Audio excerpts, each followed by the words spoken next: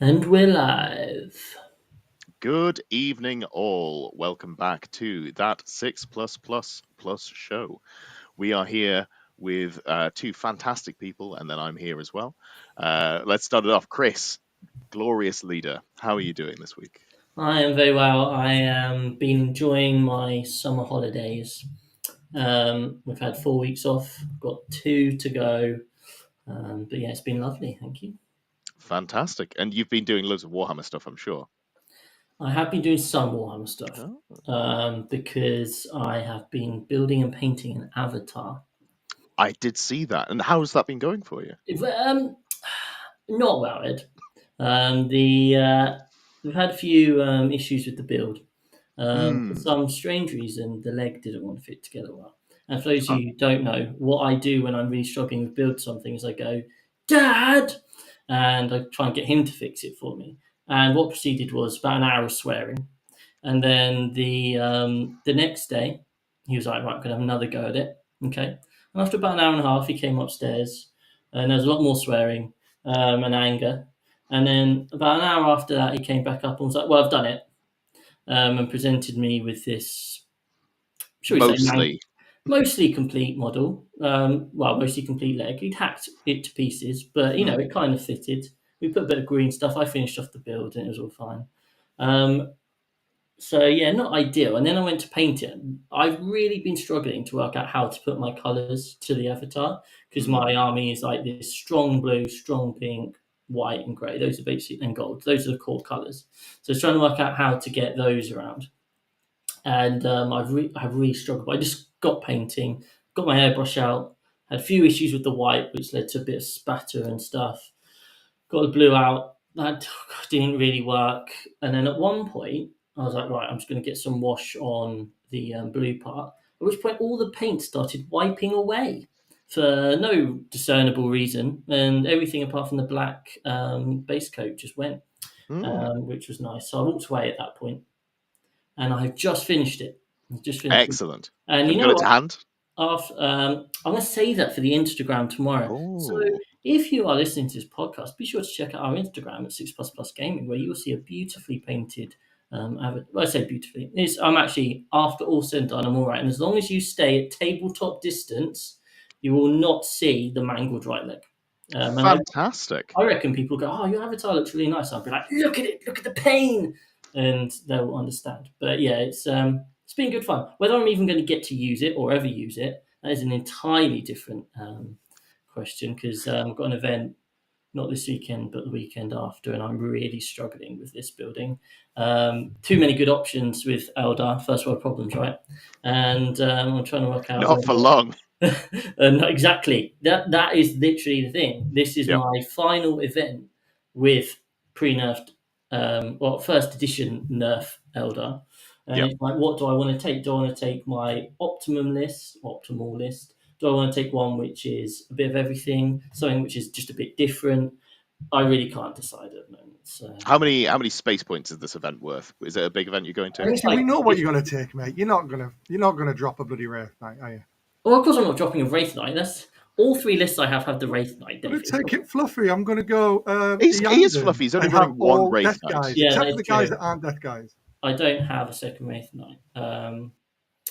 That's just sad times. But no, it's basically going to be like, how do I want to go? Because I could take Wraith Knight, Avatar, Incarn, and 10 Wraith Guard. But then you don't get your Fire Prisms or your Night Spinner. I could Turns out, take, look at the WTC events. You don't need them. no, Just take 2 Wraith Knights. yeah, no. It's unfortunately I don't have the second Wraith Knight, but I would like to take the Avatar. That sounds like a skill issue to me. It's an amazing skill issue. Plus, Jamie East, who I could have borrowed it from, Yeah. has decided to sell literally this week. So That's a really smart move. Like this is the peak. this is He's now time to seen the figure it out. Bitcoin crash and he's like, I'm out. I have got a Incarn, Wraith Knight, Avatar, and Double Night Spinner list, which I think could be interesting. But yeah, I guess I need to play some TTS just to try it and decide by Saturday, Sunday, whenever list cut off is. Most 40k players are shouting at this now, going, "Oh, shut up! Just No, shut Ted, up with your no, stupid, Ted, amazing options." Oh, Eldar. Oh, I don't know what to take. Oh, It's tough What life out voice there. is that? That's reminiscent of something. I can't place my finger on it. What voice is that? Oh, shut up! I feel like you've ripped that from somewhere, and I can't place it. I don't know. I can't think what his name is now. Is it David Mitchell? Maybe. Yeah, No. Too no, posh. He's too posh. yeah, No. too posh. It's far too frustrating. Yeah. Anyway, If you Well, know that what that most of our person's listeners. name is, write in too. Yeah, absolutely. And in the chat, we are buzzing tonight. We've got loads of people: Gavin, Zito, Existence, Olov, Gelmaris. Hello to you all. Sean and Scrivo as well, looking beautiful tonight. Hope you're all doing well. So, sagging from that Instagram post that we're going to have tomorrow, don't forget, hit us up on Instagram. Links in the description. If they're not, you'll find us. And we've got Davey here as well, who's doing some painting. How you doing, Davey? Oh, hello. How are you doing? Nice to be here. I'm all right, man. I'm all right. I'm sitting in front of 30 termagants and 10 neurogants, and that is a third of what I have to paint before next weekend. So I'm really sorry. Normally, you'd have my full engagement, but I will be. I mean, I'm going to be fully engaged. I'm just going to be painting all these termagants at the same time. And of course, I've decided to change my entire paint scheme. So it's much more colourful. It's not a case of purple, then dry brush a lighter purple over the purple, then an even lighter purple over the lighter purple. It's none of that anymore. It's contrast paints, don't get me wrong, but it's there's a little bit more to it. So fun times. I the name of my list that I'm taking to the Goonhammer Open is I needed an army to try out my new chess clock. So this is what I am running.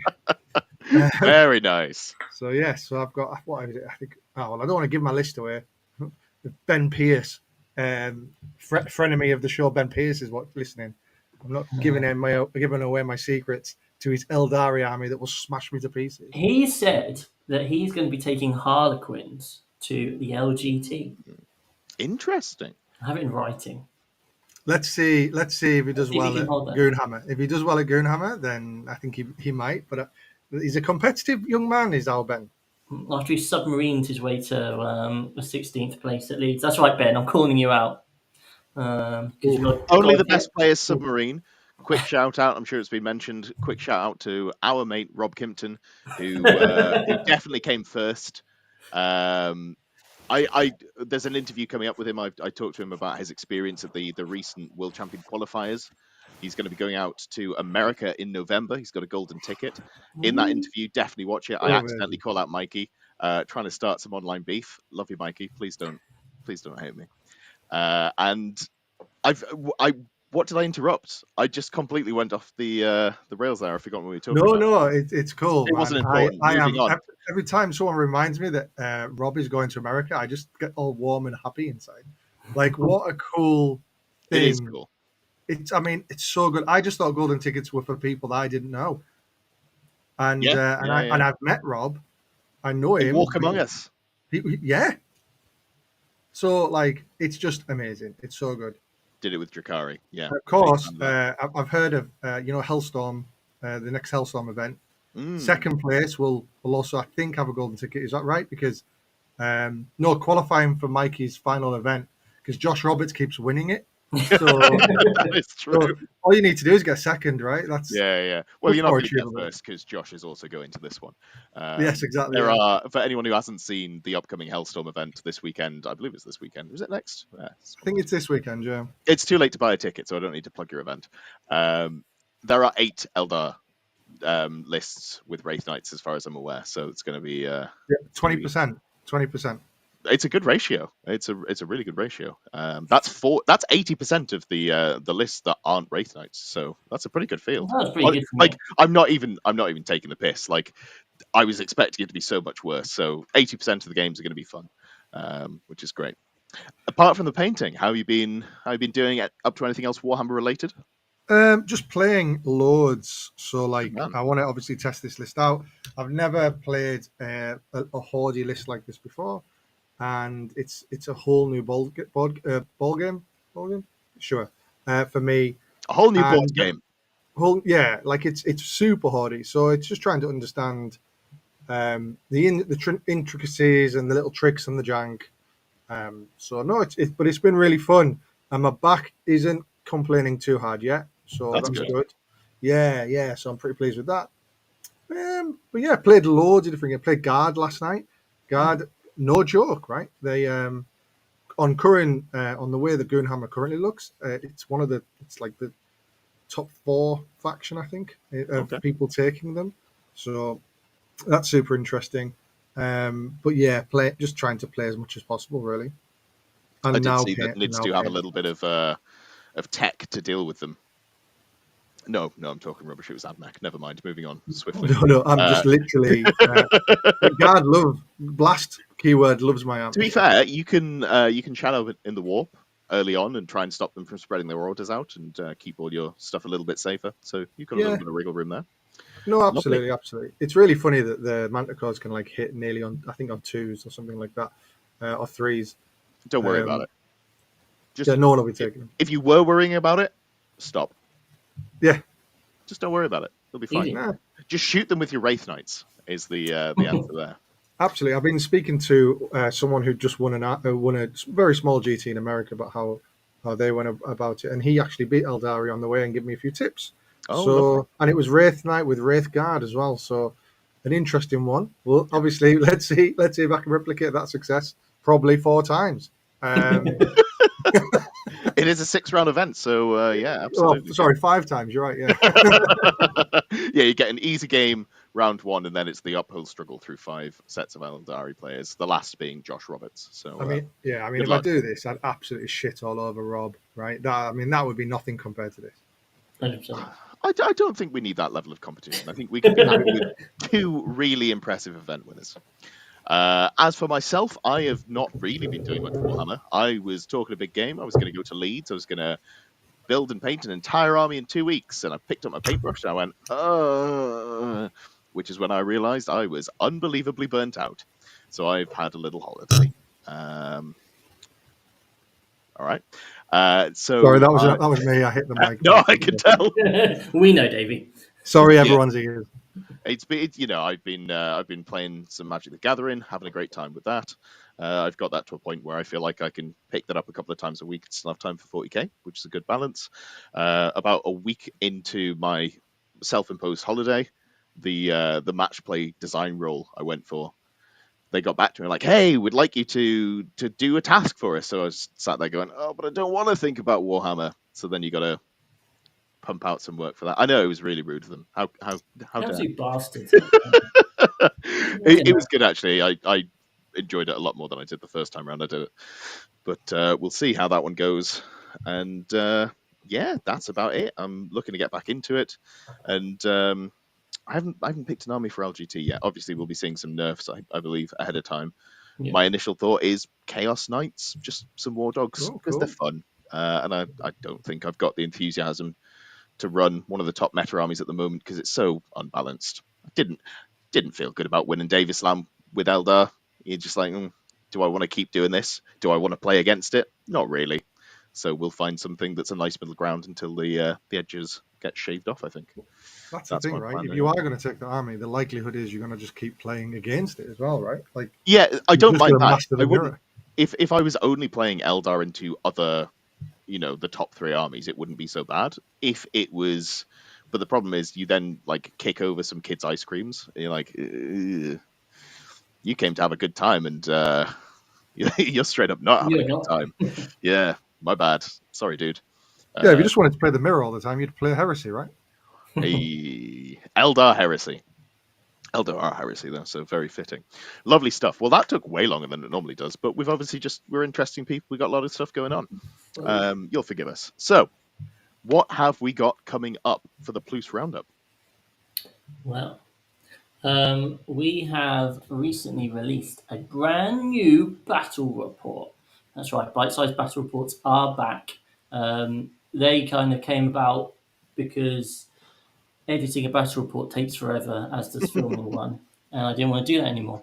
And on top of that, actually, we play a lot of games regularly, and it would be quite a nice idea to put them out.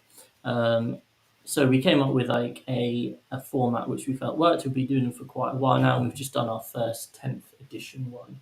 And that is Alex came over from Milton Keynes area with his Death Watch and took on my Harlequins.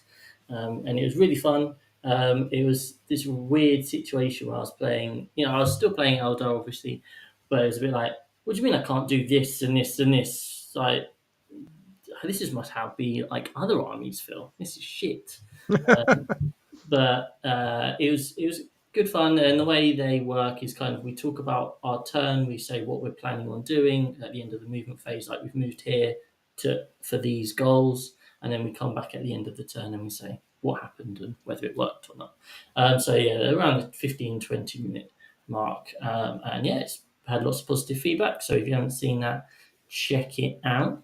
We also released the new State of Play Death Watch. So, State of Play, for those of you who don't know, is our series where we talk to kind of the best players in the world, really, or the most known players in the world, or the most successful players for very particular factions. We did a lot of them in ninth edition. Tom talks to these various players, and we started off with Death Watch. Tom spoke to Chris Radford, who plays for Team Ignite, good friend of Ed's, and also quite a handy player, and he got to the semi-finals of the Leeds Super Major with Death Watch. So if you have any interest in playing Death Watch or understanding Death Watch, it's an hour of just pure filth. It's I can excellent. attest to how Yeah, good he is.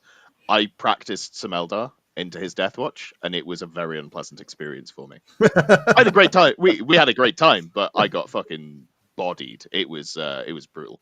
yeah. And so he just talks about everything Death Watch, all the army, kind of like the enhancements, the strats, the different key units, how his list functions. He talks through all of his games at the Super Major. So yeah, it's a really really good listen. And even if you Um, don't do those armies, like there's such a good listen in terms of how to counter meta and stuff like that, right? And how to think about that. Yeah, yeah, and yeah. also just spend an hour looking at his handsome face. What Just more do could it. you You won't regret want? it. It's a great time. So yeah, that's kind of it. For those of you, obviously, a couple of weeks ago, we announced our Patreon. So I've done a little video just explaining kind of the different sections of that, and then we have the part two of Jack's index in depth, where he talks about all the key data sheets for Tau. So yeah, that's what we've had, and as Ed attested to, he has interviewed Rob all about the Drakari and how he did or how he won his golden ticket. And that's the sort of content that we're going to be putting out onto our Patreon, but we're going to release this one for free just to show you how lovely. What wonderful content that you could be having. So that'll be out. First hit's always free. Yeah, that'll be out as and when Ed sends it to me. Yeah. Oh, called out. Called out. Ooh! Ooh! I need to record an ad to put in the middle there. So Speaking of ads, so we very recently have signed up to be an affiliate of a shop called called Composite Games. Thank you, Jamie Clifford, for sorting that one up. And basically, there is a link which we've posted on our Facebook page, we've pinned on our Discord, and it will be in this description after you've watched it. And basically, if you use that link, you get to help us by we get 5% and it goes towards store credit for us. But if you use our code, which is PLUSE, PLUSE, you get an additional 5% off. So you'll be basically getting to pay 25% on all of your Warhammer goodies. So yeah, make sure you check that out. And they're a shop, and they're just about in Doncaster. They're about to move to a bigger space. They're going to start hosting tournaments and various things like that. So I'm sure that'll be a relationship that builds up over time. But yeah, in our videos in the future and stuff, if you see composite games coming up, that is why. And always check out our descriptions because we'll include the links. I have put it in the chat, but going forwards, I'm sure it'll be in Code when plus, absolutely. we stream. So yeah, that's the plugs done for today. Lovely stuff. All right, moving on. So we have talked about tactical secondaries. Great, love them. play armies that go fast and do things. This is how you win with tactical secondaries. But what about fixed secondaries? What if you play an army that doesn't go fast and do things? What if you only go slow or you don't do things? These are the questions that we are here today to answer. So, just to sort of set the scene, let's start with you, Chris. What sort of considerations would you be making when you're thinking about whether you want to take fixed secondaries as an army yourself? Absolutely. So I think first of all, your army style dictates a lot. Some armies, as you kind of say, just play tactical better than fixed. But I think in a lot there are various situations where fixed is the answer. I think sometimes your opponent does just give it up. They might have a ton of characters and a ton of vehicles or monsters. In which case, like the assassinate, bring it down combination is very key. Look at you, So Imperial Knights. yeah, it's exactly that. I have taken fixed one time, and it was Imperial Knights, and hey, it's got 100 points. So it is. It's certainly. But conversely, I then played another knight person, and I felt it wasn't the right choice. So I think Oh, so. You do have to, and we'll talk about, I guess, that later. But yeah, there are some times where actually it's not the right particular choice, even if they do give away a lot. So I think that's one particular thing: is does your opponent give it away?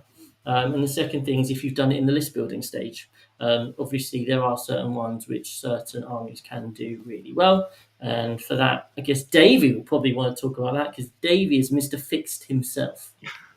Yeah, I mean, my number one consideration is, do I have Biovars in my list? Uh, yes. the Okay, answer okay. is for now. Yeah, for now. I mean, you know what? Like, as I've been over time a little bit and speaking to some other, I say some other actual, some actual good turning players, um, they,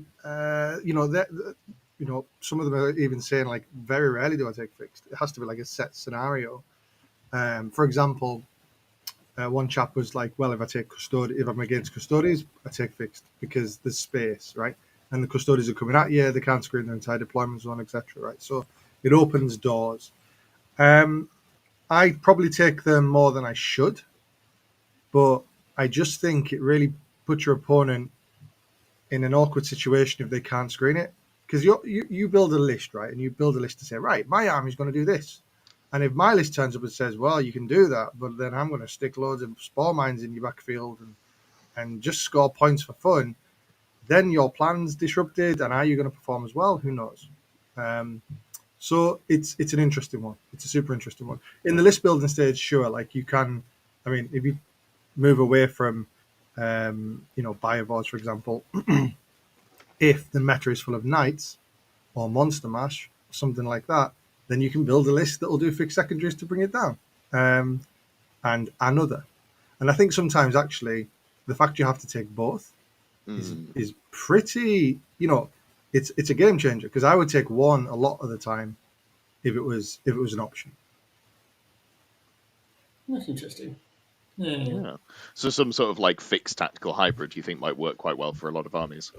Oh yeah, but rightly so, we're not allowed to do that, right? Because Yeah, Yeah, yeah, yeah. whichever one we're No, doing. no, we're just talking purely theoretical. Yeah. So if yeah, you want to break the game, here's the one where we take this is definitely giving me max, and then here's I'm just going to roll the dice on the rest of them. This seems really fair. Yeah. oh yeah, absolutely, absolutely. So it's really, I think, to Chris's point, it's list building and the two kind of decision gaps or decision moments are list building and when you see your opponent's army.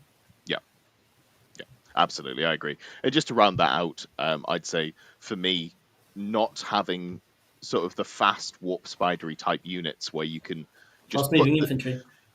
fast moving infantry. Fast moving infantry. If you haven't got the units that you can kind of just go, oh, I need to be over here now, the tactical secondary game becomes a lot harder to play. It's probably still very good if you can play the game out a couple of turns ahead of time, but it also just makes it easier for your opponent to sort of stimmy your scoring if you have very limited ways to get into other parts of the board. So that's definitely the sort of time where you might be looking at taking the tactical instead of the fixed. Um, another consideration is, can you generate CP with your army? Do you have some sort of CP Yeah. regen? Mm. Because, for example, Chaos Knights, which I've been dabbling around with recently, they like tactical, not so much because they can do all the things, but they really like having that CP regeneration. If you're playing an army that already has that built in, if you've got a warlord that lets you do it, something along those lines, suddenly that kind of takes the shine off the tactical and makes the fixed a much more appealing factor, especially when you match up into something like Imperial Knights where you can slam that home.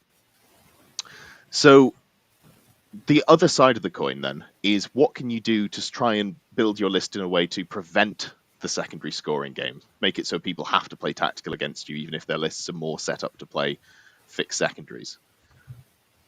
Yeah, I mean, obviously, as long as you're not taking something like knights, it's about potentially not leaning into things. And that was obviously a huge part of ninth edition this building Yeah. because you really didn't want to give away anything.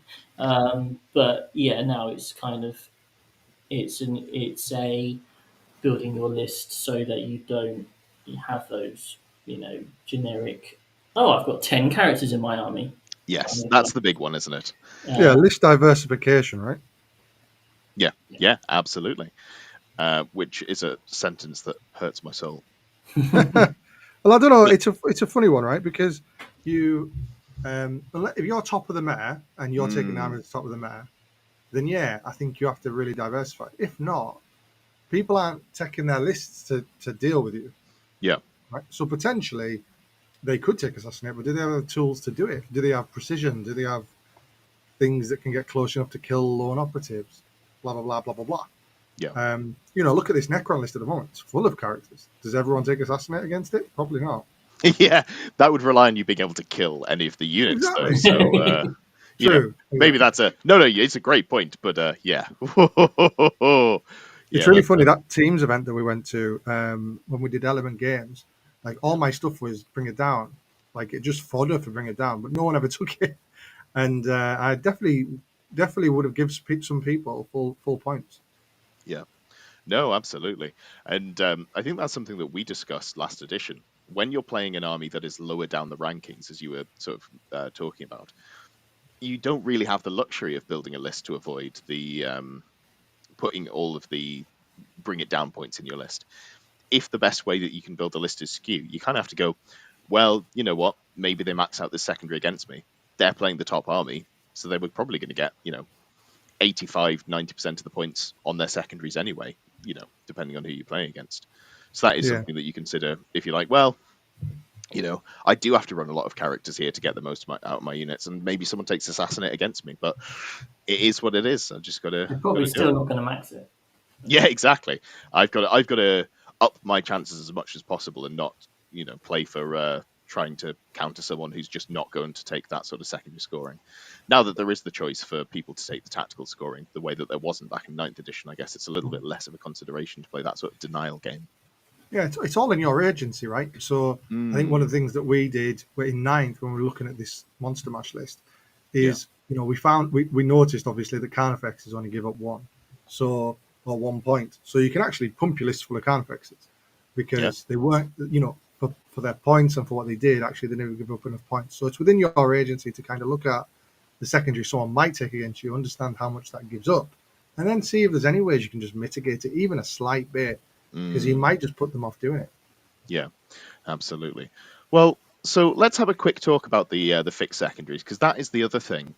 The secondaries that you can pick aren't the full range of them that you can take if you get the tactical, which is quite interesting. Obviously, you get Mm. more points on them typically if you do take them as a tactical secondary. But if we just quickly run through, assassinate, as we've talked about. If you're using fixed, destroy a character, get 4 VP. Super solid, and that is every time you destroy one. Nice and easy, just scoring as you go. Not much to talk about that one there. We also have, as we had, Bring It Down. Again, super simple. Get points for whether they have 10, 15, or 20 wounds. You're just going to rack up points for killing monsters in the vehicle. Not much to talk about there. Behind enemy lines, this one has changed from when they actually printed the cards. So it is the typical be in your opponent's deployment zone. You get 3 victory points if you have a single unit in their deployment zone, or 4 if you have 2. Um, how are you guys thinking about building? What sort of armies do you think might take a bring it behind enemy lines? So Sure it is. with Eldar, it was behind enemy lines was the one you'd always take for like Eldar or Harlequins in ninth. Yeah. So moving into 10th, and we spoke about this earlier. I think there was. I know a few of us anyway just had this assumption. Oh, yeah, we'll all be playing fixed because Yeah. you don't want the variance. But GW have done a really good job of balancing that. Actually, it's quite hard, and if to take behind enemy lines and to max out your 20 points, you need to be putting 2 units a turn into your opponent's deployment zone. And that's really hard to do. Mm, Um, Even with Eldar, yeah. because I guess you could build your list with 3 units of Water Spiders, 3 units of Swooping Hawks, 3 units of Shadow Spectres, but then you're not going down like the more killy option. But it's actually you kind of have to be saying, well, I'll take the 3 points, sometimes the 4 points, and I won't be scoring a 20. I'll be scoring like a 15 or so. Mm, Um, but I think an important thing here is, and we haven't really touched on it too much yet, is the mission and the deployment map. Yes. That can be really important. So if you're playing something like Dawn of War, where it's really wide, actually getting behind enemy lines might be okay. But if you were to play Search and Destroy, which is table mm. quarters, that's not so good, is it, Davey? No, we've been trying to figure that out this week, and my decision is that we do tactical. We do tactical. Fine, fine. I'll do tactical. Basically, if you have two 5-man units, you can screen out your entire deployment zone with just two 5-man units. Is the way it works with positioning. And so, if you are relying on deep strike to get your behind enemy lines, search and destroy is not the one for you. Obviously, if you just warp spidering it, because why wouldn't you? Then we're all great, but not all of us get to live the Eldar high life. So, Yeah. yeah, Or Shadow Spectres, deep strike just outside of shoot, move in. Yeah, yeah, shoot move in. I mean, just looking Or at just look. Oh, sorry, another just looking underpowered at army in armies the that are doing well, right? Armies that are yeah, doing well all have a unit that sits in your backfield. another underpowered army, Gene Stealer Cult, with their 3-inch deep strike. 3-inch deep strike's a huge one, isn't it? So It is yeah, absolutely massive, yeah. plasma inceptors. Yeah. They're just called Inceptors now because Oh, yeah, no, I they think They don't come with because bolters. now that they all cost the same, there's not much point. Yeah, no, absolutely. And that is a really interesting point on the deployment zones. That is very true. One of I think the behind enemy games, lines is a good one as well because it kind of links with deploy teleport homers, which is a popular one. yeah, So you obviously get to score more points if you do it in your opponent's deployment zone. You can also do it in the middle. But again, it's a gamble, right? You've got to hope that there's space turn one. The amount of times that I've gone first and been like, well, I guess I'm getting 3 points. yeah, And then so you end up taking engage just on the off chance that's better, but it's probably not. mm, So yeah, it really comes down to the opportunity on the mission, as Chris says, and also your opponent's screen ability. sure, sure. Well, let's move on to the other positional play and engage on all fronts. So engage on all fronts is very similar to how it was last edition. You get points if you're in 3 or 4 table quarters. It's slightly easier to score than it was previously. You've got to be more than 3 inches away from any other table quarter, and you get 2 victory points if you're in 3 quarters, and 4 if you are in all 4. Obviously, the normal disclaimers: can't be battle shocked, yada yada yada. So, how are we feeling about that as a secondary engage on all fronts? Is it not 2 points for fixed? Is that not what I said? Yeah, I thought you he said, did. No, he did say I thought you two. said three. No, it's 2 points for fixed in it. So that's Yeah, that's the big downside. If it was three on for 3 quarters, I'd Sure. take it every game. But the two is super Yeah. super shitty. If you're playing tactical, it goes up to 3 and 5, but That's it. Yeah. in fixed, it's 2 and 4. you don't Um, really want to be sacking off 10 points just off because let's face it, unless you're dominating the game, Hmm. you are gonna. And a lot of defensive armies just playing 2 quarters. yeah, They don't want to push out to the out into the third, or they might have a little nibble, and they're having that nibble over 5 turns. Sure, great, you scored 10 points. yeah, Like you have to be hoping that you're. And I've played quite a few games 10th now, and primary is a bitch. Like half the time, primary is a pain in the ass to score well on. You can get up to 50 points on it, and it is sometimes you are just sat there with a 30, and Yeah. there isn't much you can do about it. And it's like the final mission to those of you who play UKTC um, games. The final mission is I can't remember what it's called, so I haven't learned the names yet. But basically, when I played at Leeds Super Major, there was 4 tables, and it was all Eldar versus Custodes. And Mm. it was a mission that we were all like, oh man, the Custodes just have to sit on this, like, you got like 2 points for holding your home field, and then 5 for each of the no man's land. You're like, cool, wow. So if I sit on my home field and I sit in one no man's land, that's 7 points. That's 28 points for primary. That's not great. And I was looking, my list wasn't like although it had a Wraith Knight, it wasn't I'm going to absolutely brutalize you list. It had more mission playing stuff. And a lot of the Eldar armies around me did have that, and behind me was Ben Jones, like the best Eldar players in the country, with double Wraith Knight. And after about half an hour, I looked across and there were like no Custodes left. And I was like, this has been horrendous. He only scored 68 points in that game.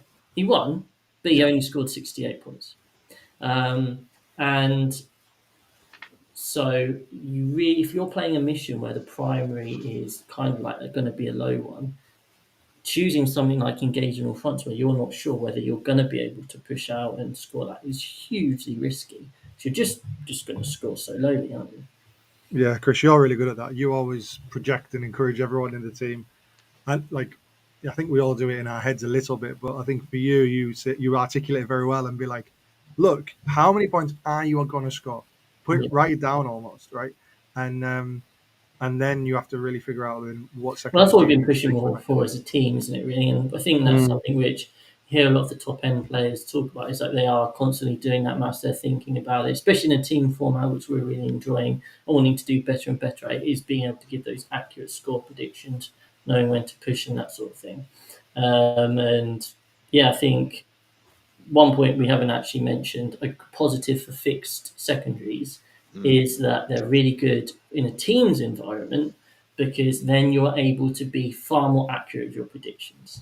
Been listening to That's a true. few been listening to a few podcasts on WTC, and they were saying one of the big things was that whenever like the stat guys were going around and asking coaches like what's your prediction, it would change over like within 20 minutes because they'll give one example of 2 players who are out having a cigarette. And they're like, oh, you're not like, why are you having a cigarette halfway through the game? I'm like, well, we know it's going to be about a 12-8. It's just what it is. And actually it ended up a 10-10 because one player drew really good cards and one player didn't. And you're adding quite a lot of variance, which although doesn't is less likely to cost you in singles, in teams that can actually be huge if just because of bad cards it goes from a 15-5 to a 12-8. Mm. Um, so potentially, if your army can play these fixed things, even if it is a 70, if you're going to a team event and your list is I'm going to neuter my opponent, I'm not aiming to win, but I'm aiming to score 60 or 70 points each time, and you can't stop me. Then actually that is going to be good in teams because I can go right. I'm going to pick a heavier table. I'm going to take on Eldar, and I'm not going to get 20 0'd. Yeah. So I think as teams get better at team-based events in 10th, I would definitely foresee you're going to have your prey lists, your black, black, black kind of armies, and you're going to have your other armies, Custodes. yeah, that can just go there and go, I'm going to take these fixed, I'm going to score 70 points, and hey, you didn't get a 20-0 and kept it quite close. So I think that is something to also consider from some teams out there anyway. Yeah, no, that's a great point. Because in singles, you're right. It probably isn't going to cost you very often. If you're, especially if you are earlier in an event, you're more likely to just smash an opponent. And it's only really in those closer games where you're playing against someone of an equal or higher skill than you, where drawing the wrong card at the wrong time can really cost you. Um, the unfortunate reality of singles is if you're playing towards the top tables, probably 2 of your games are matched evenly, and then 3 of them you're just sort of not going through the motions, but have a significantly easier time than you would Yeah. expect to. Yeah. Lovely stuff. Anything to add to that, Davey? Not really. I think think what Chris has said pretty much nails it. Yeah. I think, you do see a lot of games. Like the amount of people who went, "Oh, the card screwed me." It's the dice My screwed me, dice right? were bad. Yeah, Yeah, the call of I the bad guess, player. but you can get rid of these cards. You can build in redundancy. Like, oh, maybe I should use this. Maybe I should save this CP in case my next stratagem. Like, is that stratagem you're going to use more important than the ability to cycle through a card next turn? Yeah. Maybe, maybe not. So yeah, there's that. I suppose in terms of just going back to all the different fixed secondaries, or one that I think sounds interesting, probably isn't, is Storm Hostile Objective, Okay. because you would think, right, you're going to be fighting for primary most of the time anyway, right? Sure. But you've got to really bank on your opponent doing it. Yeah. So they might just go, well, okay, I'm gonna score less on my primary, Yeah. and but you're not going to get any points on that secondary. That So that it's can be a literally a trap worthwhile door, right? trade-off though, because if you're depending on the mission, so maybe if they can score heavily by not interacting with you, you don't take that one. But if they have to sit in the midboard and you have like a dominant midboard threat, if they say, okay, I'm not going to contest for the midboard, and they sit on 10, 15 primary, you're not too upset at losing that secondary scoring in comparison to them losing potentially 30 plus points of primary.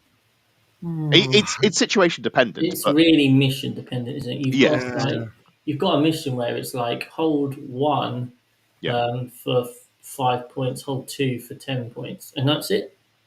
You know what? I'm going to Um, have a look at all the missions and there's, I see if there's one think, that I and can I get on that. think as we play more, I think it would be very interesting actually. Like if we did, we could maybe do like a video series or something back on the UKTC stuff about things to consider because awesome. I played pool the other day and we just started went through the motions for the first turn, got to the second turn, looked at the primary, and it was like, I only needed to hold two objectives. It was like a hold one, hold two, 5 and 10. And Yeah, scorched death, so you can burn the objectives. It was like, oh, I'm sat on three, and that was not worthwhile. yeah. Um, and Storm Hostile Objective, I think in some missions, is certainly one. You don't need to ever build for it, really. Uh, No, but on some missions, depending on primary scoring, it would be You know worthwhile. where I think this one really shines, and this is situational. But if I'm playing against, for example, Chaos Knights, and I go, I want to take Bring It Down against you. You're not going to be running enough characters to take Assassinate, but your entire game plan is try and aggressively sit and hold the mid board because they've got such good OC, really good primary play. I'm going to have to interact with you to get my points and stop you from running away from the game. So I think my second secondary there is going to be Storm Hostile. I think that's a really good situation for it, something like that. So there are 7 secondaries here that you can pick from in the fix. So maybe you don't go to that one every game. Mhm. But I quite like. I don't think. I don't know. I've played against, and this is playing against good Space Marine players. But I played against good Space Marine players in ninth, who would take that against me, and it felt like a very difficult choice to make. It's like, do I sit on the primary or do I, Hmm. you know, stop them from scoring secondaries? And there, yeah, obviously it's now a different edition and the points are slightly different. But I feel like there's more play to it, and I think maybe people just need to get better at understanding which Just be resources to better throw players, away. yeah. Yeah, I'm a big fan of the Korean advice, as they call it online, which is have you considered just winning the game? Um, if you score more points than your opponent, you will win. Fact. Lovely stuff. So moving on, only a couple left to do, and these are very similar to each other. Mentioned previously, deploy teleport homers. So this is one of those where there's a big chunk of text that says do an action. So I'm just going to say do an action because we all know what it means.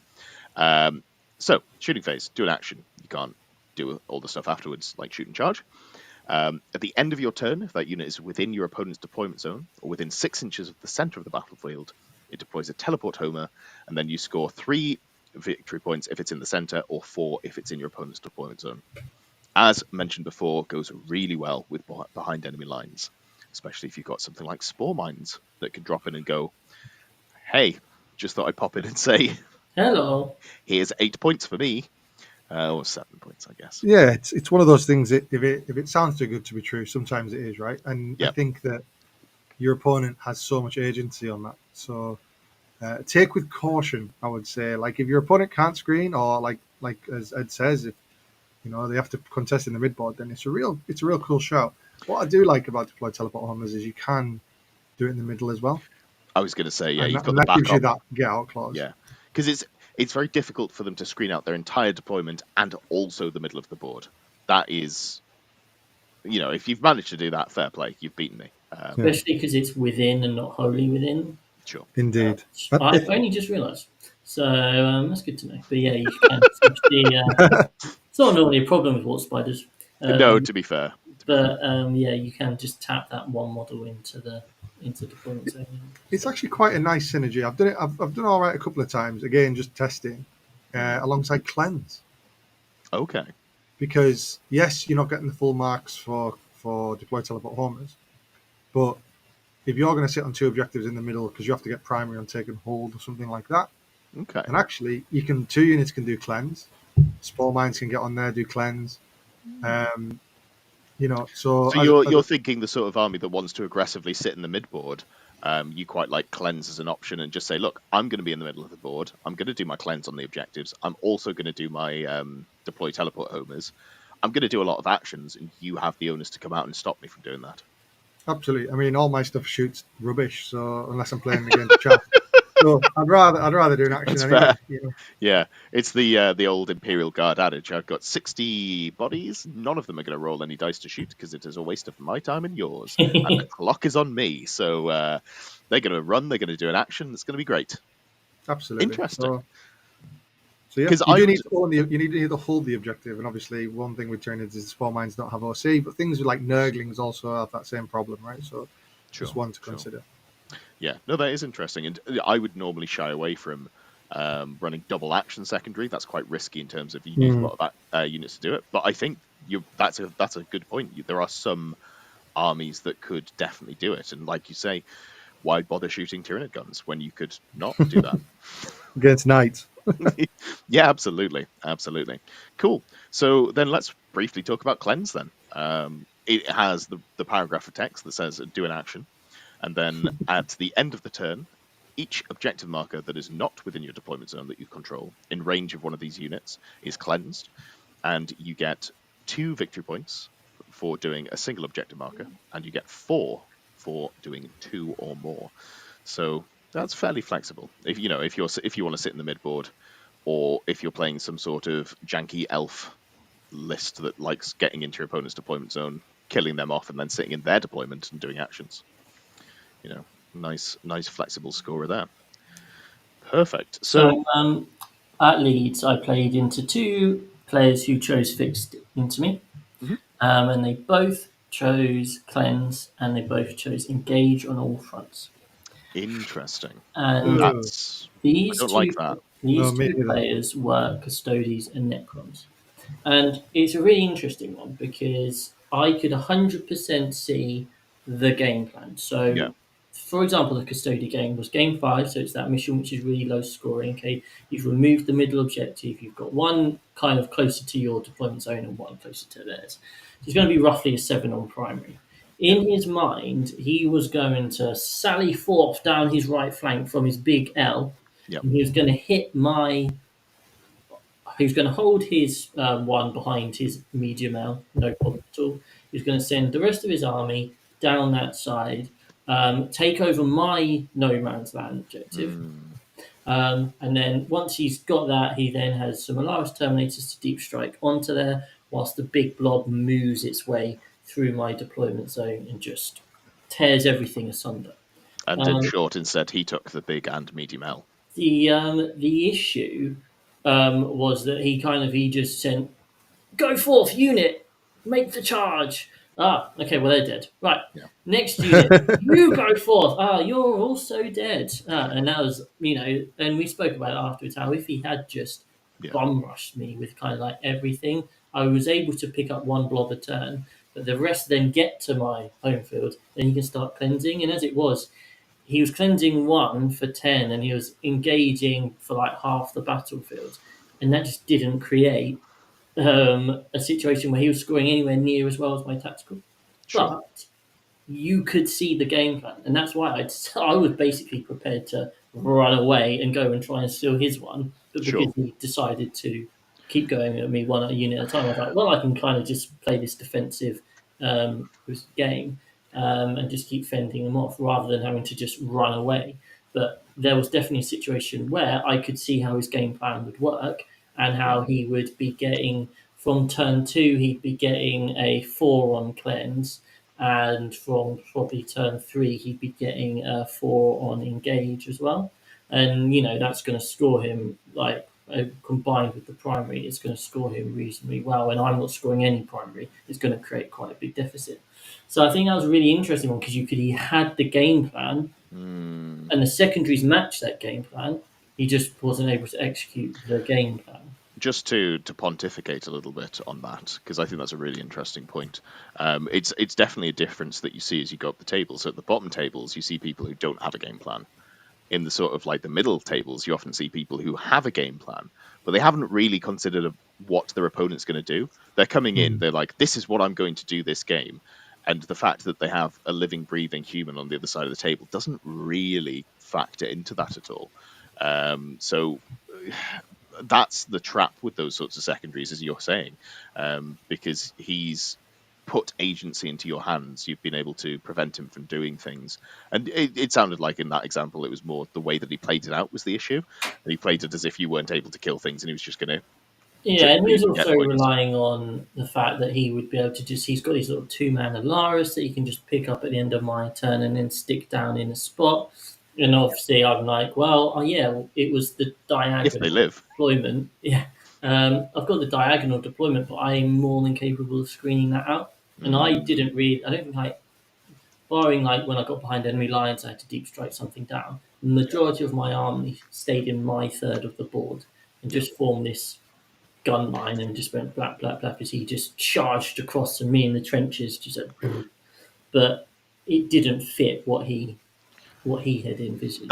That's very much something that you see in the middle tables as well. People don't seem to understand how to screen out consistently, I will say. And then where you play against really good players, you'll find, oh, my deep strike plan, it doesn't work because they, I don't know about you guys, but I've had one game where I got wrecked by deep strike, and I was like, cool, so that can never happen again. And then you just sort of like, you don't even actively necessarily think about it. You just sort of like run your tape measure around once or twice. You're like, yeah, cool, I'm screwed.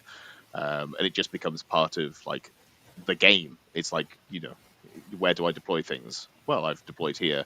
Why have I deployed here? Oh yeah, because it screens. It naturally happens. Yeah. So that's definitely a weakness for those. And of course, on the top tables, your opponent is more likely to go, "Okay, I've screened. Can you come and just measure? I haven't got any. You haven't got any space Yeah, to sneak in." absolutely. And Yeah. then you're like, "Oh yeah, I don't have any space to screen it." Yeah. And your opponent will be like, look, I'm screening out here, and you'll go, oh, hold on, I think it looks like you've left a big gap over there. Do you want to fix that? And they'll go, yeah, thanks, mate. Because you've got that sort of understanding that you both know what you're doing, and you're trying to win based on who's the better player, not based on we handshake agreed that this was a thing, and you've gone back on it because you're scum. But yeah, perfect. Not that So ever quick. happens to us guys. It's happened to me before.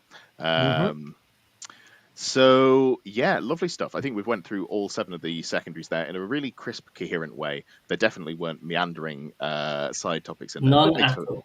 makes for better listening. Yeah. I think absolutely. maybe just so the general like what combinations generally you want like a big thing for example in ninth was you picked your secondaries to link together and if you so what combos do you think of cards would go well? Obviously bring it down and assassinate is quite a classic one. Mhm. There are quite a lot of WTC players that talk about how they do take assassinate a lot. You Yeah, only got to kill 5 characters armies will have that. and most armies do have 5 characters, right? Isn't there a thing with assassinate? I've never taken it, so I don't know. But isn't there a rule with assassinate? If no characters are left, then you get max points or something. That's for Oh yeah. tactical. Yeah, Oh, so that if just So if you've tactical. already killed them all, you still you score it. yeah, well, so when you draw it as a tactical objective, if there are no characters left, you score 5 points, and then it is discarded as normal. So it's Got not it, yeah. max points, but you still get the most points you're going to ever get for a secondary in one turn on tactical, which is very reasonable. Yeah, I pretty much cycle that one every time, unless it's like on the cards, like literally on the cards. Yeah. Hey, pay So, 1 on the green cycle. So what combos of cards do you think guys work well together. That's a great point. So I do want to just highlight this one that Davey was talking about, the cleanse and deploy teleport homers, because it's one that I hadn't considered, and it's a very specific game plan. But it is the jam my entire army into the center of the board and say, "Can you deal with me? I'm going to score loads of points." I think that's a lot more reliable than the engage and cleanse that you were talking about. Those the Yeah. Custodes and Necron player, funnily enough, both of which would have done cleanse and deploy teleport homers quite well in that way, because you just Yeah. go, my army's in the middle of the board, what are you going to do about it? And you go, oh, bugger. And we're getting primary points. Oh, this sucks. This isn't good. Yeah, I no, just I don't think hate this. custodies don't have the units to do it, though, right? That's the Well, problem. that is what I was thinking, yeah. You might be able to get away with it by dropping in. I'm not sure whether Custodes players right now are playing much in the way of lone operatives, but if they are running a couple of assassins or something like that, you could probably get away with doing it with your lone ops. Or even just sacking off a couple of, like a 2-man squad every turn, because your opponent's not going to like deep screen out your deep strikes. You just like, cool, 2-man Alaris down. Yeah. Maybe you can get away with that. But no, that's a very valid point. The deploy teleport homers and behind enemy lines is a good one, and I think that if that one's a bit too rich for your blood, Yeah, having engage and that deploy. is an interesting one, because it says to your opponent, well, I'm going to score at least 20. Yep. And then if you make a mistake, I'm going to score more from there. And actually, there's a lot to be said about saying, I'm getting 20. Yeah. You know, And that's very much like a Tyrannid one that would work really well, because you can just shoot the spawn mines out. Whereas if you've got to throw away units, it's a little harder to do. Obviously, a lot of armies can do it if you've got lots of small chaff units. lone operatives, eh? So, like, Necrons could probably do it quite well, maybe, like in terms of the ones that fire Overwatch for free. Those guys super annoying. Lone operatives, love them. What are they called? No.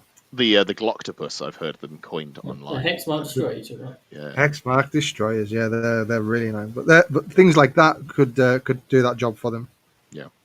Another combination you could go for, I don't know that I love it, but you could go for cleanse and storm hostile objectives. That incentivizes your opponents to be on the objectives a little more, because they can't stop you from scoring cleanse and storm, because if they let you have the objectives so you're not taking them back, well, you just score your cleanse and you score your primary. So that might be a way of mitigating the issues that we discussed earlier on the storm hostile objectives. Any other ones? Oh, sorry. I think with that one, and I think with any ones that are around like cleanse as well, is you need really high OC. So maybe like if you had like a heavy guard infantry army that can drop that extra OC on that unit is really nice. I think that's a really cool one. But yeah, I think if you're going to build for that, you need to have a bucket ton of the OCs. Yeah, that does make sense. Yeah, or just fast units that are able to get onto objectives and also kill whatever they're dealing with. True. I think, and it's been a little while, so correct me if I'm wrong. I think that's pronounced melee. I'm not sure if I'm saying that right. It's been a while. No, doesn't ring a bell. Right. You want to speak to Aaron about it? He'll introduce you to melee all over again. Oh, is he still playing as orcs? No, Custodes now. Custodes, yeah, he is brutal. There is one melee army in the game right now, and it is I have been on the receiving end of Custodes. So yeah, shout out my mate Rory who showed me a good time. And by a good time, I mean a bad time. Truly one of the times I've had playing 40k. An interesting secondary that you cannot be fixed is, and I thought would have been if you said to me which ones could be fixed. Oh yeah, there's no prisoners. Yeah, but then you just take it every game. Exactly. I'm so glad it's not there. I'm so glad it's not there, but I'm surprised, right, that there isn't some kind of weird one about that. What else is there that you'd think would be? Let's have a look here. Area denial. I could see area denial being a secondary that they'd have made.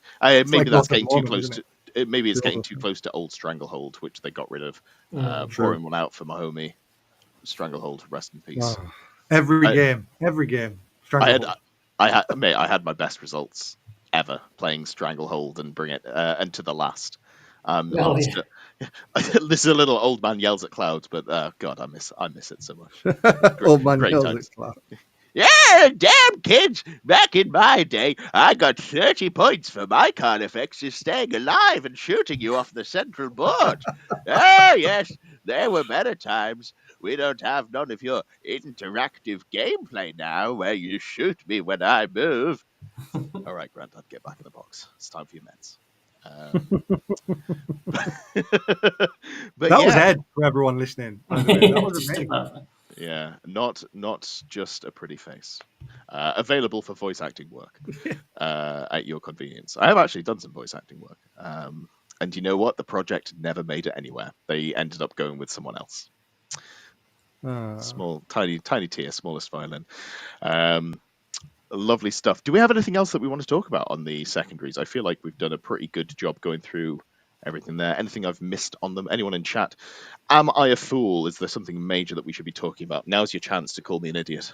I won't mind. Well, you can ask in. That's the chatting question while we go to questions, I suppose, right? Yeah, I did see that Sean had a question in the chat, so I will make sure to pick that one up as we get to questions. What time are we on? We're in an hour. I reckon it's time to go to questions because there are I quite a agree. backlog of them. Yeah. So I am not entirely sure how far back we have to go. Can someone give me a hand with that? How far up to the podcast questions do I have to go? We can answer them again if it needs be, right? Don't worry. Podcast questions. Let's have a look. Yeah, we're doing this. Done that. Probably done that. Okay, so probably start from July the 31st. Wow. I July think the 31st probably with what? Just Make Stuff. Yeah. So I'm going to, because we've got a lot of questions, some of these are just going to be rapid fire, and I'm going to take your Mhm. first response and move on. So, starting off with you, Davey. If time, ability, and money were no object, what would your dream hobby army be, faction and theme? Probably. I quite like AdMech, Mm. the way they look, and obviously being able to convert them all into dark AdMech. I know it's the kind of hack answer, Oh, but that's cool. I think they're pretty cool. Yeah, I think realistically that. Yeah, that's cool. I like it. Oh, also orcs, right? Like Orcs are all fantastic. like mashed up, like making my own trucks and stuff would be super cool. How about you, Mm. Chris? Yeah, I was going to say orcs just because there's so much like potential there. I have an orc army, so I don't have to answer that way. What would I say? Some sort of really cool chaos army. What would I go with? I think I would love to do demons, but I'd love to do something weird with it, like convert them all out of dryads from fantasy. Sorry, Age of Sigmar, Oh something yeah. like that. Do some sort of like just take the disparate Age of Sigmar fantasy armies, the Forge World stuff, and just pick and choose and make a really cool converted demon army out of that. I think that'd be a lot of fun to I'll do. shout out Grey Knights because my love of Grey Knights comes from the demon books. There was like a Grey Knight book where I went around hunting demons, and I was like, this is awesome. Is So, as in like a fantasy book or a codex? Do you mean? it was it was just a 40k Okay. narrative story. But that just I have all these like I would love like there's a Grandmaster Mandulin or Mandulin something. He has a lightning bolt, Nemesis Force weapon stuff, and that would be really cool to like. Yeah, With those okay. characters. Okay, no. Second answer, you're right. Absolutely Grey Knights. But I'd love to do them in the third edition Demon Hunter Yeah, style. yeah. I still have that codex. That was Same. so Yeah. metal. Reading through it Very and be like, this is so cool. yeah. Back where they told you how to convert units in the codex from Mm. Oh like wow, things you cool. have around the house. Yeah, I'll fish it out when I'm up at my parents next time, Davey, and let you borrow it. It's very fun. It's very fantastic, which is a sentence no one should ever say. Yeah, great. You got to paint them in like a Blanchitsu style as well. That'd be fantastic. Cool. All right. The next question is great question from Ultimate Funk. Thank you. Moving on, Mr. M1 Rado. Titan Legion for sure. That's not a question at all. No, This is the there's a chat. You need to get better skim reading it. So they some people reply here. so the funny thing is, I obviously realised that Ultimate Funk wasn't a question, and then I moved on. I was like, "Cool, this was the next day. Surely That's this one's safe embarrassing. to read. I've done my hilarious comedic bit." Moving on. Lovely stuff. So we have Papa Right, Ron Smurf. Burgundy it up. Ed. I love Lamp. Papa Smurf. I'm a casual Drakari player, and Yunari in 10th looks fun. I've recently purchased the Yukon, Urvain, and a Visarch. Any suggestions for what to add next? Shout out to Arkonskari and the Real Space Raiders. Yes, they do know what they're talking about, and they do make enjoyable content. So, I'm going to start with this one. Don't buy Wraith Knights. I know that is the answer, because if you look at the WTC list, you would have, we've seen double Avatar and your Vrain, and then Wraith Knights. Something there is going to break. I'm hoping it's the Wraith Knights, because I don't think that the actual Avatar chassis themselves are necessarily a problem. I do think that they're only enabled because Eldar have so much killiness at range that they can afford to run 600 points of do nothing but then do something. As soon as the Eldar shooting gets under control, they become significantly less scary. So now that I've said what not to buy, Chris, I know you're a big fan of Eldar in all shapes and forms. Mm. You have been running the Yukon, your Vrain. I always get, which one is it? Incarn. Incarn. There we go. So what would you add to an I army? think it's a really interesting one because basically you're having to pay to be in Ari. You have to have your Ranger Warlord, who's a Mm, 100-point character, who's in yeah, no other list. You would never take her unless you want to do it. So you're paying whatever you do. It's 100-point tax. yeah. So the Australia WTC list took Iran Mhm. literally so that they could put in 3 Ravagers. Because Ravagers are very effective. Pretty 3 good. Bright Lances or Dark Lances for 95 points. The problem is you're essentially paying an extra 33 points for Mm, each of those Ravagers. So in terms of and we also know that Drakari book isn't the best at the moment. So I think Mandrakes are really cool. oh yeah. Um, because they can be picked up and come back down later. That's just a Um, data sheet ability for anyone who doesn't know. Mandrakes at the end of your opponent's turn. Whoop! And then you get to do stuff again. um, Eldar lists aren't taking Storm Guardians at the moment, and they have sticky objectives. I wonder why. And yeah, exactly. And Cabalites have sticky objectives, so that is another way of kind of getting that in there.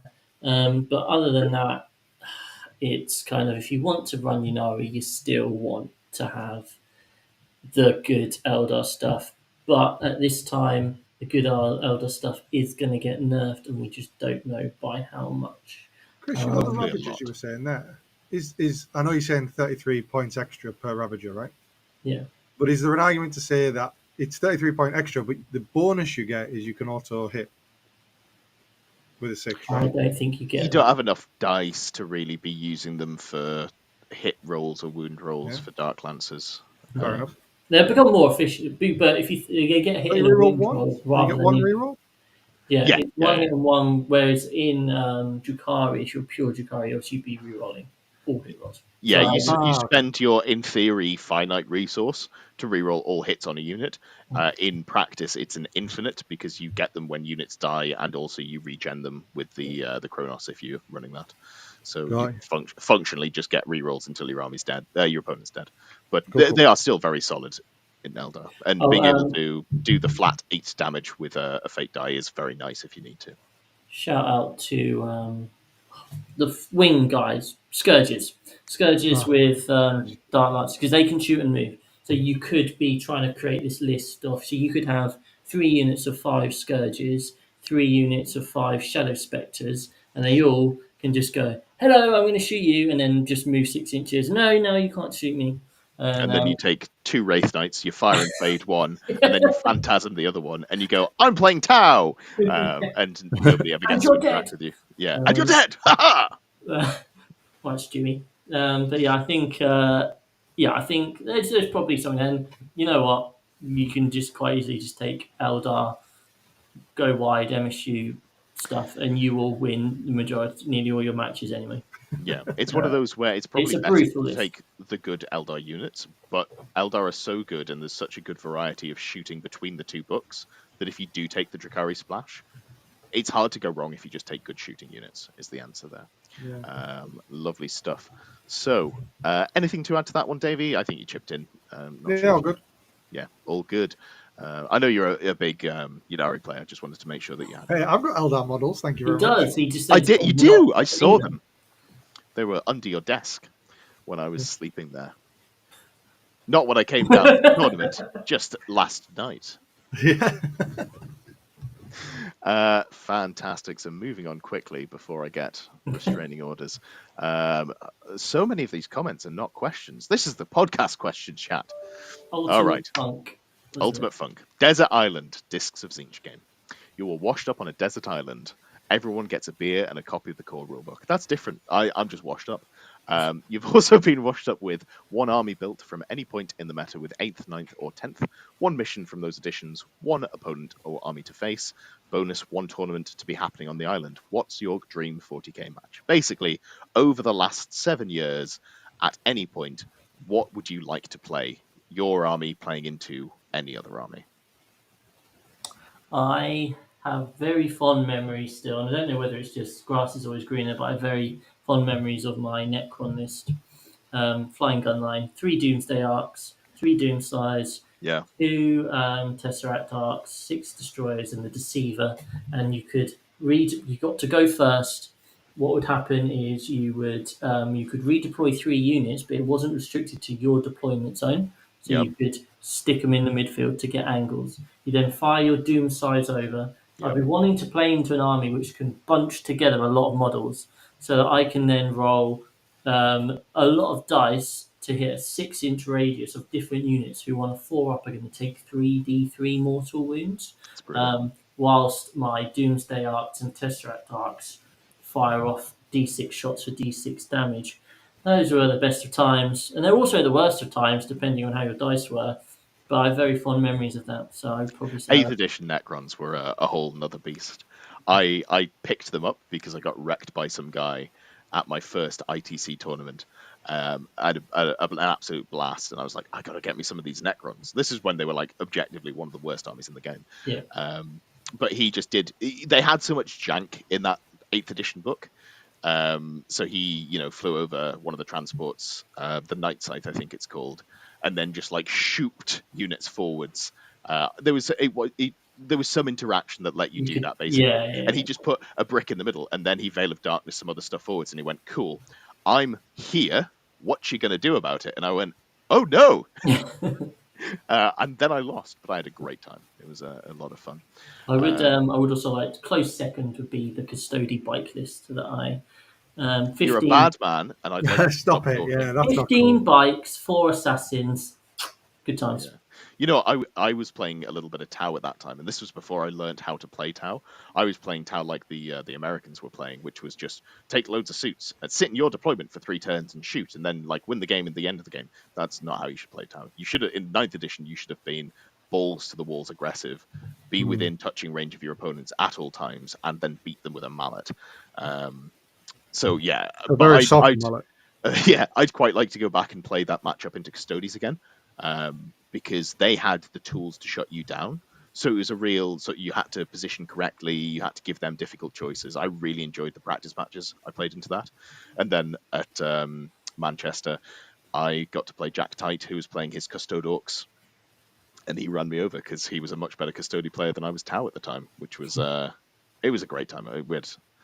I had a lovely game against him. I'm not going to put words in his mouth. Maybe he hates me. Oh God, what would I go with? Yeah, I really did enjoy playing Necrons. I found that book hard countered in a weird way the second Space Marine book. I had a very high win rate into the new Space Marines when they were the busted OPness. And that might just be that people didn't know how to play into Necrons, so maybe I'd run that back. Or, oh, you know what, actually? I'd love to play into David Gaylord's busted Admech again when I was playing my busted Orc Buggies list. And I No, wasn't playing the worst of it, and it's very favoured into Admech, but I'd like to play it again where we're playing on not a long ways deployment, so he outranges me by twice my movement. I'd like to play it on just a normal Dawn of War deployment, and I go first. I would, because I think that list probably still wins against me because he knows the 6 planes and all of the infantry that just don't die to anything. But 6 players, man. yeah, good times. I'd love to play that one again, but with a fighting chance. That'd be a great time. How about you, Davey? What would be your pick? Well, I quite like the old. I did like watching people play Eldari. Sorry, not Eldari. Harlequins Mm. in ninth. I thought that was quite cool. Fast boards, dribbling around, shooting stuff. I assume you're Um, not talking about the sort of 3 weeks when they were just playing Nine the point. 9 prism guns, whatever they were called. no, not that. No, just when you got boys and boards. I thought that was pretty cool. Yeah. But also a big shout out to how Grey Knights are looking at the moment. I saw Jack Harpster's game in the WTC, Mm. and jumping around the board doing shenanigans sounds really fun as well. So I've only been in since ninth, right? So basically, I've got all the Sure. broken armies of ninth to choose from, and none of them seem like cool answers. What you don't want to go back to your glory days when Nids were really good in ninth? Yeah, I mean, we For both us, have they were opinions the on how best of that list times. ran, right? Yeah. For everyone else, I it was run the worst of forward. times. Man. Oh yeah, no. Third, I'm giving 3 answers for this one. I don't give a fuck. You can't stop me. You can have Um, one of mine. I'd love to play back when the previously mentioned Stranglehold and To the Last were still in the game, so I could run my Monster Mash Nids, score 85 to 90 points every game, and just be unkillable. I was beating Tau lists. I was out shooting Tau lists that had 36 plasma guns in because the way the Maliceptors and the Maliceptors -1 strength aura into the Carnifexes who were T7, so you're wounding on fours. Then they had the cover, so they were, getting like 4-up saves or something against the plasma. It all just sort of like ticked together. They were -1 to hit apart from on one squad because they'd ignore that with a single squad, and it was beautiful. Absolutely beautiful. Lovely. Well, I think we've answered that one. So, C says, or Sai says, when the inevitable nerf to Eldari comes in September and other factions get their tweaks and buffs, who do you think will have a meteoric rise, and which factions do you feel will be unaffected? Yes. And then a disclaimer for Tom, but he's not here, so I don't need to read it out. Anyone want to take this one first, or do you want me to? So Eldar, it's hard to know whether Eldar are going to get wiped or not. Yeah. I think there is every chance that they miss they don't hit Eldar hard enough. I Oh, God, think I hope not. I think because I just think there's not enough evidence that of the stuff which is actually still good that people aren't playing. I mean, I've played lists Sure. which have got a lot of things which no one's really taking, and I would more than happily take those two events. People Uh, don't seem to be playing fire prisms. Like, yeah, as far as some people have moved away from them now. Yeah, yeah, maybe I'm just looking at all the Wraith Knight lists, and that's why I'm not yeah. seeing them. But But there's such, I'd say 2/3 of that book is better than everyone else's indexes in terms of points efficiency. So I yeah, think there's every chance that they miss that. Or they go, right, everything up 30%, in which case suddenly it then probably becomes an maybe they unplayable get army. wiped. So it's going to go hard. Either Eldar will still be top or they'll be, I just can't see them getting it right. I can't see Eldar players being happy with it and being like, okay, now my opponents won't spend the whole time moaning about it, which is what I've been having to see. I mean, look, if they get down to 55% win rate, that's all right. Yeah, absolutely. I think it's unlikely that they manage to get them to 55% win rate. You I think reckon? it'll stay in the 60s, or I it will think they'll plummet to get the it wrong. 40s. Yeah, Um, there is no middle ground. so Not for an army as fragile as Who else Eldar. is there? So GSC are obviously still very good, but people are starting to work out their counters. Yeah. WTC showed So that. I think that GSC are going to really struggle because I think they're going to get hit quite hard They're with going to get points. hit, but actually people already know how to kind of build Yeah. them anyway. And So then as soon as they're not like the thing to run, all the top players stop running them, which means their win rate falls off because they are an incredibly difficult army to play at a top level when you're not leaning on broken interactions. If we think about it from a ninth perspective, before they got, all the additional stuff they have now, they were very much a finesse army and not many people played them well. And I think when they stop being a kind of you just throw more dice at a problem army, when you've got to use your resources more finely, I think their win rate becomes very low because it's hard to play that style and you're not being rewarded enough for it. So there'll be like 3 people who play them and play them well, and then everyone else will just be like, I have aberrants because they're my favorite models, and that's cool, and there's nothing wrong with that, but it will affect their win rate. So custodies obviously right up there at the moment. If they and they're due, they were in like the red zone, so they are going to get nerfed. So that'll be interesting to see whether they get hard enough. I think an army like so I'd say two. I think Necrons. I don't Yeah, think Necrons are ever going to have a high percentage win rate because people like playing with all the fun toys and that sort of thing. A bit like Guard. I think you can build really brutal Guard lists. Um, mm.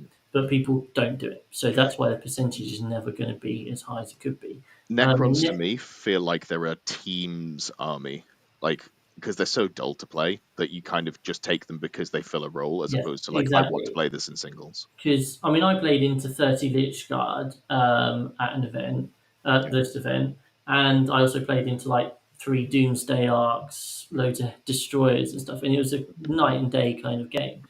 There are some armies out there which mathematically just cannot deal with the 30 Lich Guard. The guy actually came over at the end on the final game, was like, yeah, I'm off home now because my opponent turned up to the table. We played one round and he went, I can't kill your Lich Guard, there's no point, and just said, you can have the win. And there genuinely are. I mean, I really struggled to kill them, and yeah, that's with Eldar, right? So I think those sorts of builds they're really boring, so you're not really going to see them a huge amount. But I think they would be right up there. And the other army I would say is Chaos Space Marines. They were kind of, if you look at the top 10 of leads, it was Eldar and then Chaos Space Marines. Lots of Chaos Space Marine lists are brutal. Their shooting is mm, really strong, and I think a big thing is kind of working out what what kind of icons to have, what mix of obliterators, forge fiend, accursed, etc. I sure, think they could be in a really good place for LGT. yeah, And I should also say Thousand Sons, but you have to be a very good Thousand Sons player. Wouldn't put it past someone like Vic to win LGT with Thousand Sons if he took it. That would be kind of sure. a. I'm going to call it now. So Vic, could you please take Thousand Sons so I'm right? Thank you. And win. And you need to win. Yeah, you forgot to add that bit at the end. He's going to win anyway with it. Yeah, So I feel like one of those two is more likely. Like it'd be in like my top three picks to win it, but yeah, I'm not sure Thousand Sons would be in my top three picks for things I think he'll play. So what? Weirdly, I feel like it's in my head. It's more likely he wins than he runs Thousand Sons. I did just do very well at WTC with him. So. Yeah, yeah, that's true. But maybe he goes back to Eldar if they get taken down a Mm. peg. Maybe that's what he goes with. Yep. I'm going to hit it from the other end. I think both Admech and Death Guard are going to stay woefully down at the bottom. I don't think you can fix their issues with points. You can fix every issue with points, but like I don't think they will, because the way that those armies would play would suddenly be like, I'm putting 60 breaches on the table, ha Yeah. ha ha ha, This and you're is like, fun. oh yeah, it's fun for no one. Yeah. I have strong feelings about how both of those armies need to be fundamentally rewritten. The Contagion, like just as a quick, not to rant too much, a quick one, the Contagion being -1 toughness in an edition where toughness matters so much more, and then also stacking that with auto wounding on sixes with like basically every weapon you have. It's like, Yeah. this doesn't make sense. One of the things that I put forwards as a potential change for them was that you play into the slow and placeable, but once they've got you, they've got you. So maybe contagion range stays the same, 3, 6, 9 inches, going from turns 1, 2, 3 onwards, but it halves your movement, or you can't advance, or you halve your charge rolls. Something that you've got an aura that really affects your opponent, and Yeah. you're not doubling down on like, it's slightly easier to wound you, which I do anyway on sixes to wound. So I think both of those armies will stay dog shit. Votan, I actually don't mind Votan. I think they could do with some quality of life changes, but I think a few more points would really breathe life into them, because they're just a gun army. And if you make them efficient enough, people will play around the clunkiness because it's worth doing. Yeah. Lovely stuff. So I will quickly just jump over to Sean's question in the chat from earlier. He says, question for later. As a Space Marine player, I find I can't cover all my bases. The three things that I feel I need to cover is being able to do the cards, kill tanks, T11 plus, and then kill mass stuff. That is a fair shout. The first answer is you're getting a new book soon, so who knows what that brings. The second answer is play Deathwatch. Frag cannons do all of the things that you just said.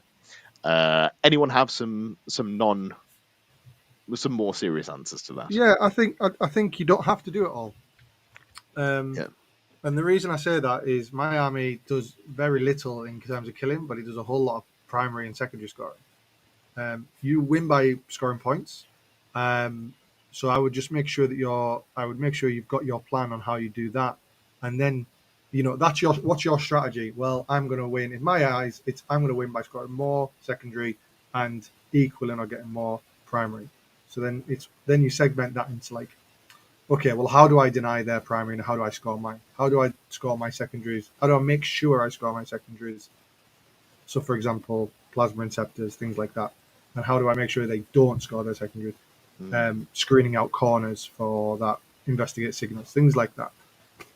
That's how I would do it. And then, sometimes the answer is just murder them. And that's fine. But like Tyranids, Marines aren't in a position where they can table people. Unless you maybe Deathwatch, maybe. Oh yeah. But most of the time, they're not in a position where they can table people. Yeah. That's my Yeah, 10 cents anyway. I think as well, if you're looking for specific units to put in, I haven't been looking through the base Space Marine index with a critical eye for a little while. The way I would do it if I wanted to try and make the most of what I have is I would look for two units. I'd look for one unit that does damage independently. Gladiator Lancer, fantastic. That's the obvious one. And then I'd look for a unit that does damage really well with Oath of Moment. I'd look at it and go, what's the highest volume of output that I can put into any target where full rerolls to hit and wound just gives me such an efficiency boost that it's worth putting into anything. The answer is probably upsettingly Desolation Marines, but there might be something in there that's more exciting. Who can say what that is? Someone who's looked at Marines more than me. I mean, why'd you kill stuff, right? So that your opponent has less assets to kill It's you so with, I right? feel alive, Davey. It's Yeah, the also only for you way I enjoy the feel game. alive. But you can replace killability with durability as well, right? So if you've got Terminators and things like that, Mm. The there best is. the best defense is your opponent being tabled. Yeah, for sure, for sure. I get that totally. It's just Yeah. sometimes you can't table your opponent. Yeah, no, that is true. I think Space Marines, because their faction trait is to reroll all hits and wounds, it feels like you probably do want to try and lean into that if you can. Hmm. I'm sure there is something in there that you can pick and go, hey, this kills most things if I give it 4 rerolls to wound. But I don't know what that is because I haven't been looking. But you're absolutely right. Some tanky units are very valuable.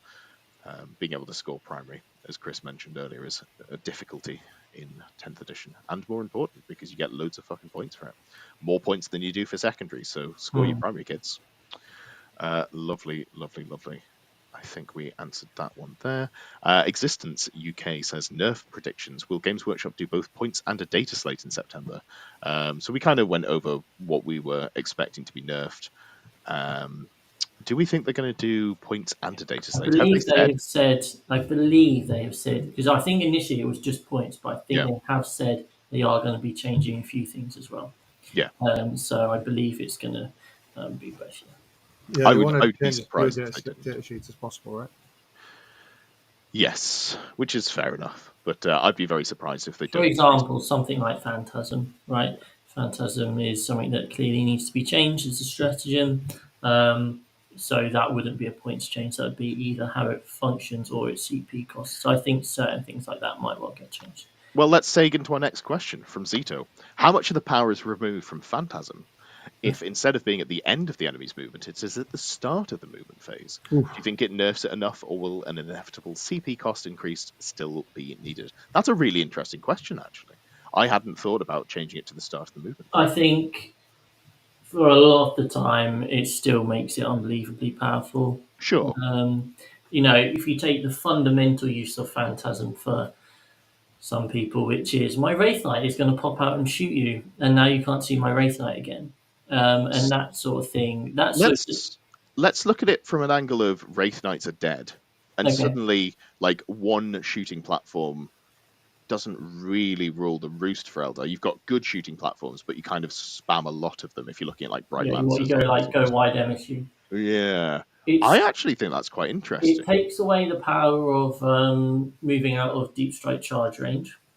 Absolutely, yeah, Um, it takes away that. Oh shit! I forgot that you have phantasm, and now you've gone and hidden somewhere.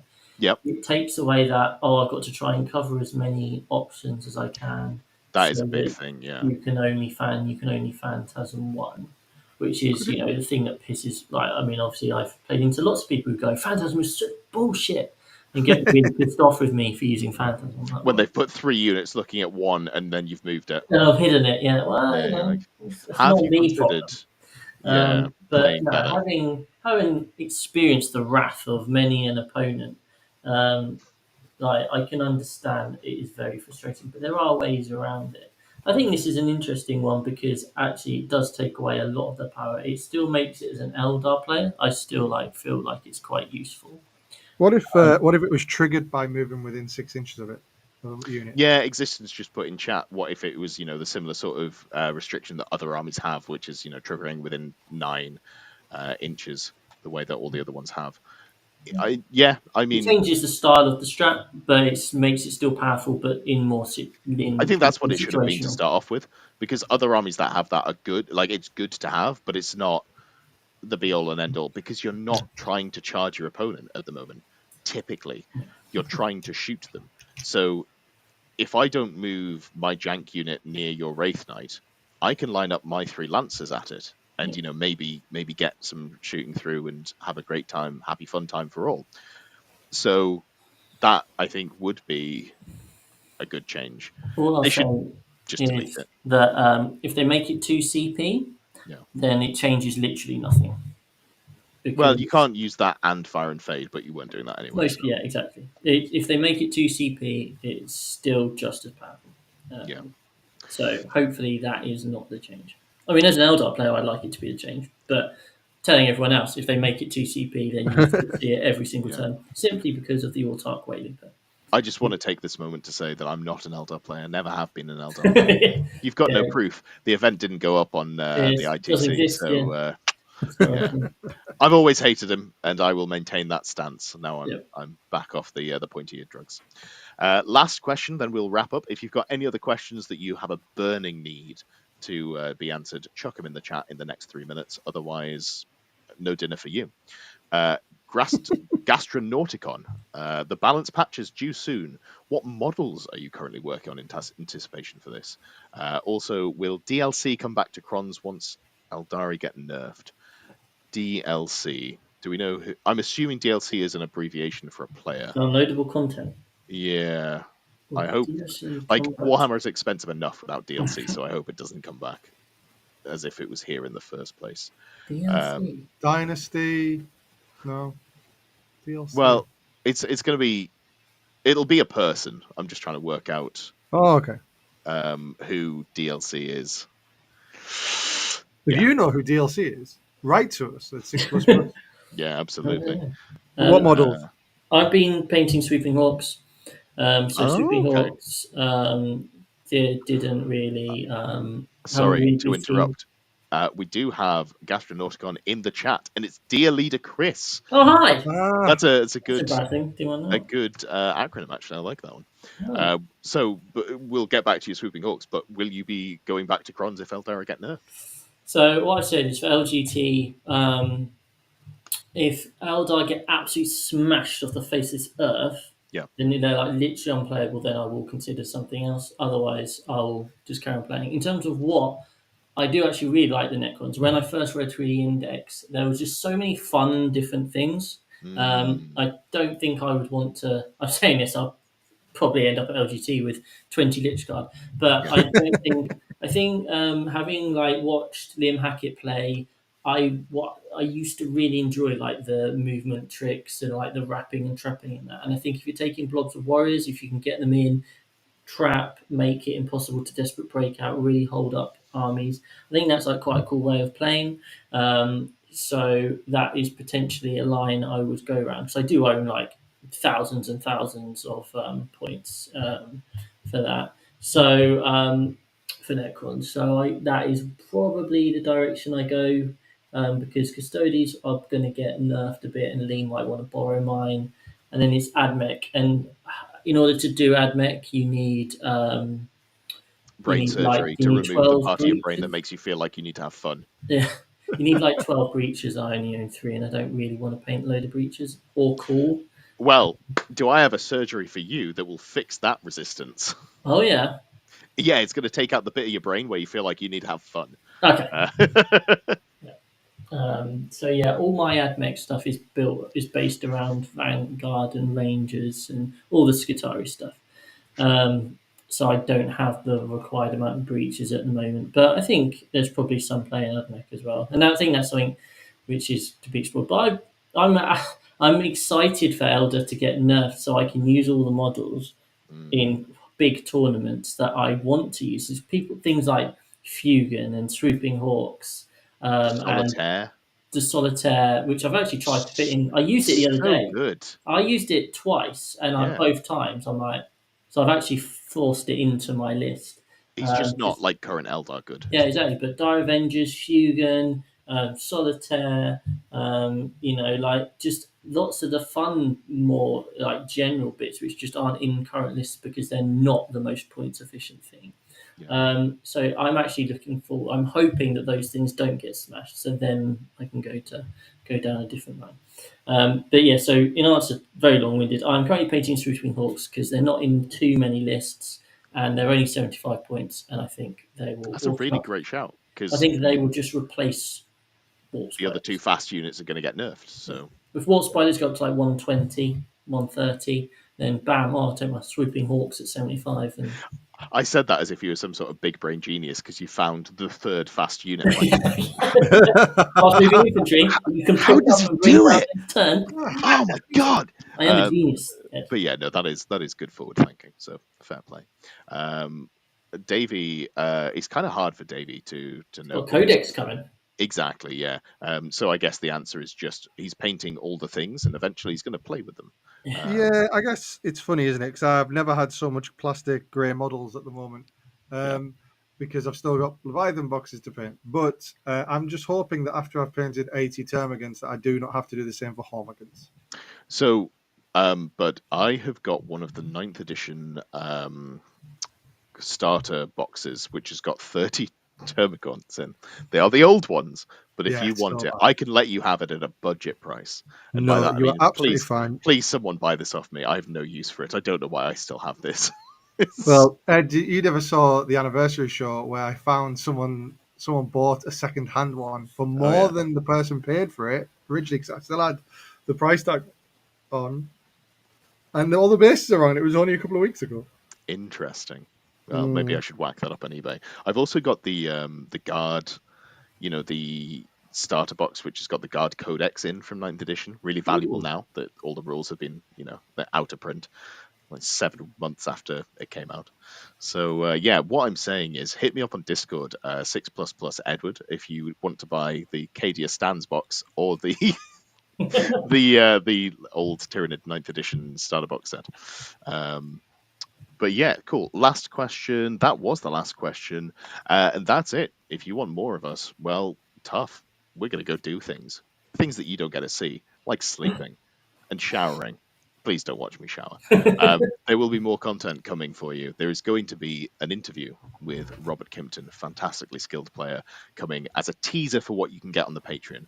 There will be more content coming about armies. There might be a new battle report coming up at some point. I don't think we've filled one yet, but there could be one coming. There's going to be loads more stuff. Stay tuned, look at YouTube, and we will talk to you later. Bye.